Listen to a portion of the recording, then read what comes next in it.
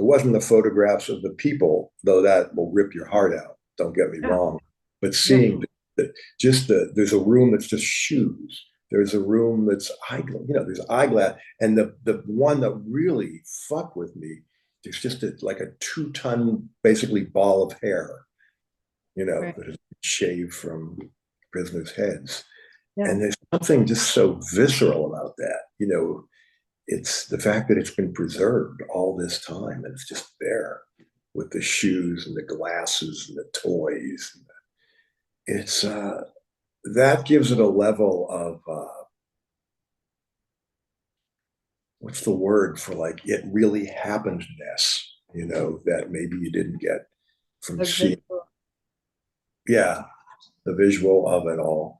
And I mean, I'm glad I got to see it, but on some level, I mean, if I ran things, I might just put a barbed wire fence around it and people can drive by because I really think it's almost an insult to the dead to have these people traipsing around on their bones, snacking and selfieing. Yeah, you talk about that at the end, or I don't know if it's at the end, but what would the dead tell us? And I mean, the idea of going through something horrible and the idea of let people know, people have to know, and it, it's if they could see this what I had in mind. But then there you are weaving it in I don't know that a place can impart all of it, but I think that's the work of artists, of like Mm-hmm. someone like yourself who went in and within your taking us on this tour, you are not, it's very beautifully done because it's almost like how much heroin can you take in this? Like so someone doesn't OD. It's like you talk in these little sections about what actually happened. And there's so much information that I didn't know. And there are so many books that it's just too much, right? And it becomes uh it's like that Sarah Silverman joke. Um what is it? 6 million is Oh, she's trying. I think she was trying to talk to her niece, right. and her niece says 60 million and gets it wrong, and Sarah corrects her. And somewhere there's a joke, but I don't know about you, but I can't relate jokes. Least of all, Sarah Silverman's brilliant jokes. I will always fuck up a joke when I try to retell it. Oh, fuck. All right. Well, then I have to. It's in there somewhere. Yeah, no, and I mean, there's a whole book of Holocaust humor, which is amazing. I think reading it feels like you're battling with the people who are so steeped in their humanity, trying to understand where you're just a shaking, stripped down to a shaking kind of animal, and nothing makes sense. Is that a question? Somewhere in there, maybe.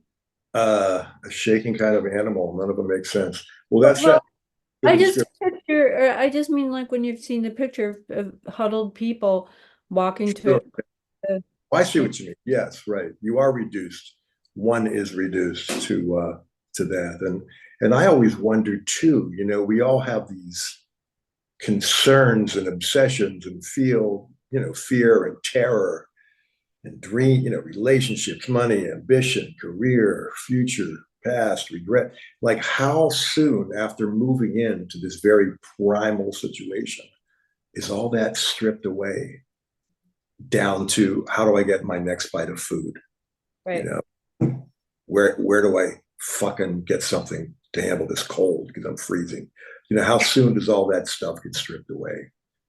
Was something that always fascinated me. A question I always asked.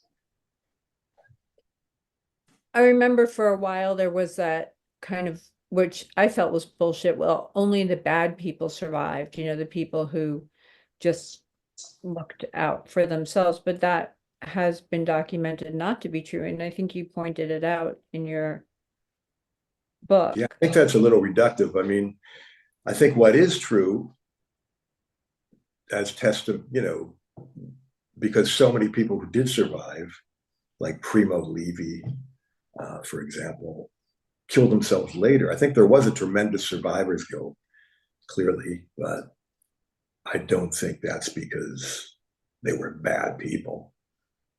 It's just they were people with a soul, and they remembered those who didn't make it.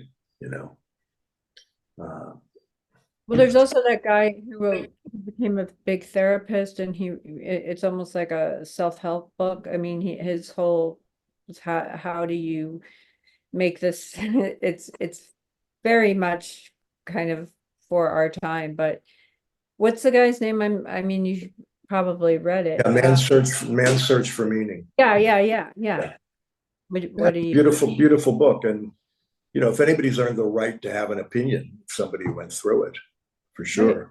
Yeah, that you have to have meaning in your life for it to,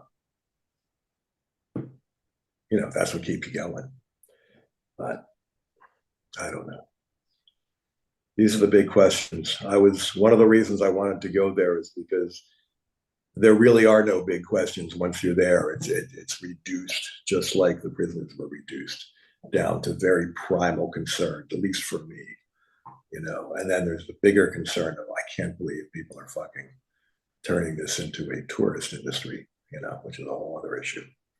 Well, it's funny that you wrote this before Zone of Interest, and But you there was a all writer before me named Norman Finkelstein, who his parents were survivors, who also talked about this. So it's not like I'm the first person who ever asked that question or made that. no, but you wrote about and I'm not saying you're the first person who did Yeah, see people who worked there, the cleaning staff, like the bathroom scene. I was fascinated with the toilet attendant. Yeah, Yeah. Yeah, and Zone of Interest does that. It ends with that, with the yeah. cleaning. What a spectacular ending.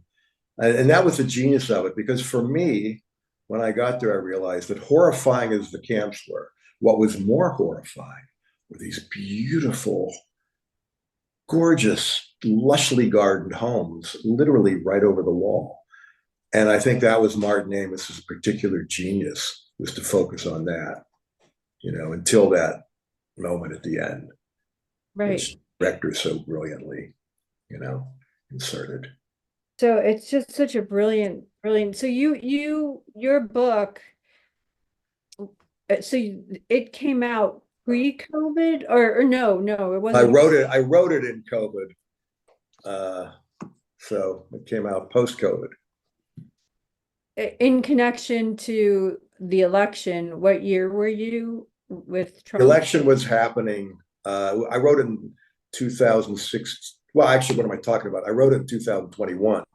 It happened in 2016 that I was over there, just as Trump was ascending. So all my genius parallels about Hitler being an ass clown that nobody took seriously, suddenly everybody was making the same point, and I looked totally derivative. So I had to come up with a whole new version of the book, because this was 2021. By now, what had happened. Trump had happened, and you So know the Overton window moved, and how did that exactly move your approach?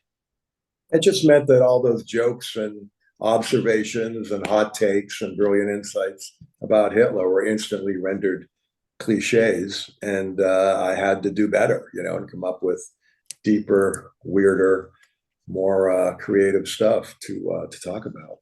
But on the other hand, that pushed me into writing more probably about my own experience, what I was going through, and I suppose it worked out. So did you wrote this during COVID? What the fuck was that like? Fantastic. I Hmm. was I was a big fan of the lockdown, personally, for me. Yeah, it gave me an excuse to live how I would probably already live, if I had my druthers. So there, I said it.